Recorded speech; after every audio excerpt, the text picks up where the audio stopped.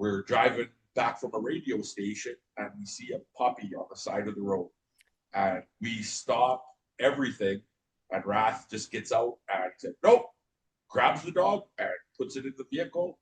And the dog shook for 2 hours, not because it was cold, because it was stressed. I think its mom had just died or got run over, and it was a puppy. It was when he took it to the vet, 5 weeks old, so she was very small. But we rescued a little puppy, and Tony is like, you see puppies on these tours all the time. We've never ever taken one home, but we took this one home, and now Raina the rescue is doing really well, and we found some possible adoptive parents for her. She stays at his place most of the time. She's had a break at my place, but I live in a basement that has stairs, so getting her outside is hard for us.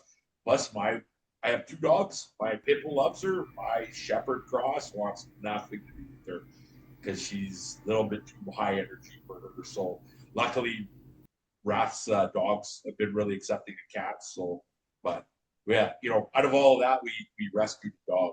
Rebna's my husky, and she was super wary of her for the longest time because Rebna's a little reactive. But now, even they get along and they play, and even though it's like growling, it's only because like Rebna is hoarding toys like a little dragon because she's playing with all the toys, and she's. I think it's just Rebna's just like, no, I'm the me, and still trying to play that. But now they go outside together, they play out in the snow.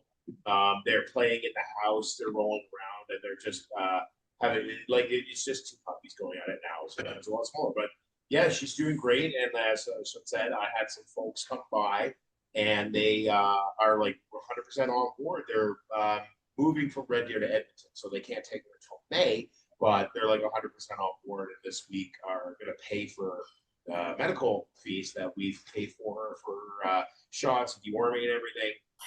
And I got her set up at a great vet, and she's gonna be adopted, so we found her home. Yeah, and that was even like a little bit of a theme to the tour because, like, right at the start, one of our first shows in Cross Lake, as we're heading off the ring, we have the door where we're carrying everything in from the ring band, and then this one he's older, so like he's like an established res dog. He's been there, he can handle himself there, but he pokes his head into the nice warm building. And then slowly he takes 2 steps in and sits by the door. And then he takes like 2 more steps in. And he slowly works his way in. Then we name him Elvis. And we decide he's going to be the show's mascot. So the whole show is going on. Guys are making an entrance. They're walking by the dog, just jumping up and watching them. Fell asleep during Cole's match, but that was actually your guys' match. For the show, we give him some food and water, and like we give him like a warm place to stay for as long as we can. He gets a lot of cold nights out there. We gave him like a warm. Like right at the start of the tour, we're taking care of dogs. Yeah. Later on, when you're in, not bad. You see so many of them, and they're just can't rescue them all. But it's heartbreaking. It is. It really is. It was good. Totally.